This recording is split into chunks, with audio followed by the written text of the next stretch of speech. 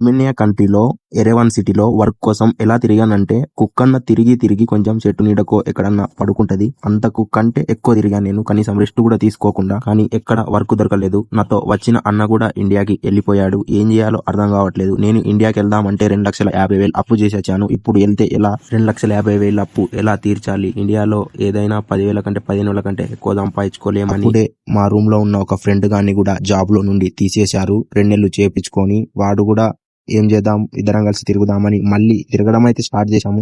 ప్రయత్నం ఏ రోజు కూడా ఇద్దరం ఆపలేదు.